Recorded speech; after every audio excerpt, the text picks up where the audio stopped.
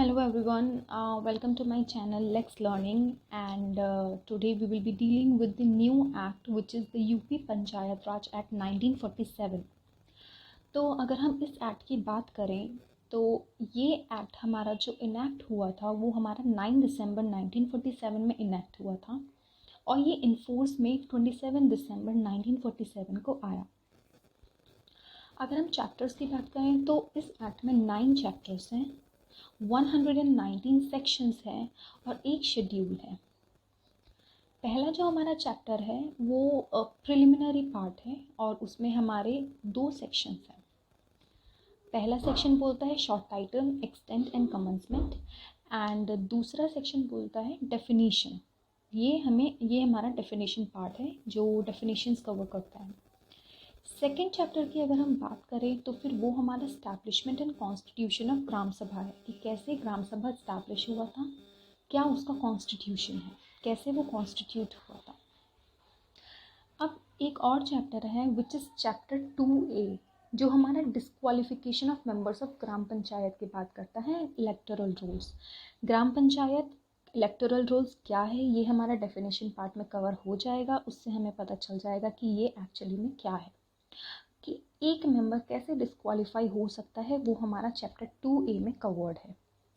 Chapter 3 में हमारा ग्राम सभा, उसकी मीटिंग्स और उसके फंक्शन के बारे में बात की गई है।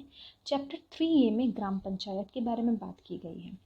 चैप्टर 4 में power, duties, functions and administration of gram panchayat की बात की गई है और चैप्टर 5 में एक्विजिशन ऑफ लैंड, गांव फंड एंड प्रॉपर्टी।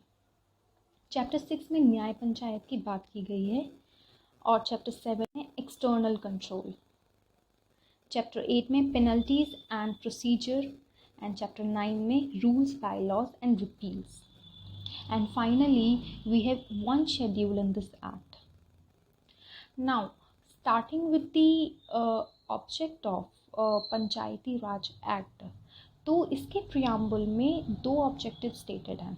पहला ऑब्जेक्टिव है हमारा to establish and develop local self government in the rural areas of Uttar प्रदेश।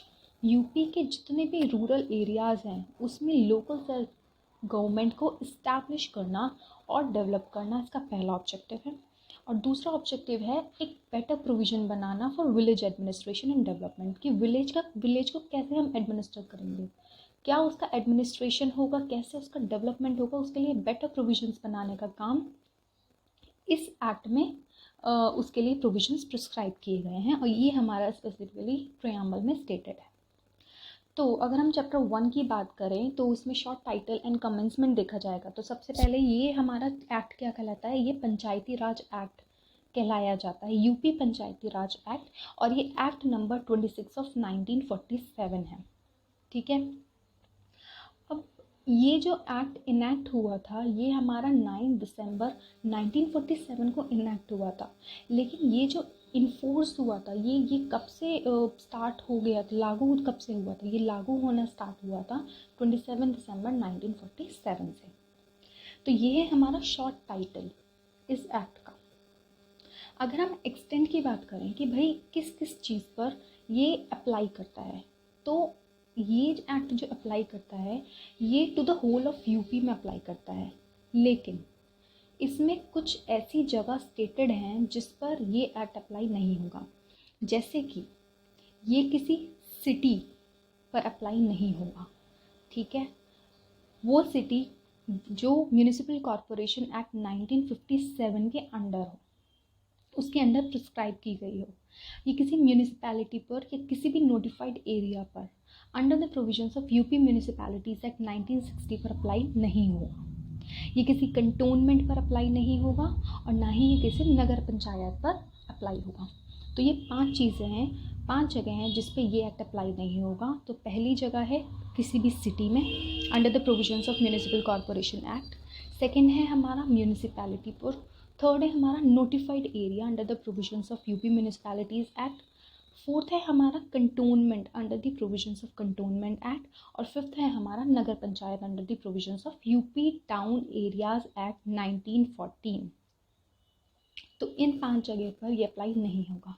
अब इसकी कमेंसमेंट की अगर हम बात करें तो सेक्शन 1 सबसेक्शन 3 में क्लियरली स्टेटेड है, it shall come into force at once. जितने भी प्रोविजंस है सब एक साथ इसके इन फोर्स में आ जाएंगे। ये हमारा सेक्शन 1 सबसेक्शन 2 में स्टेटेड है।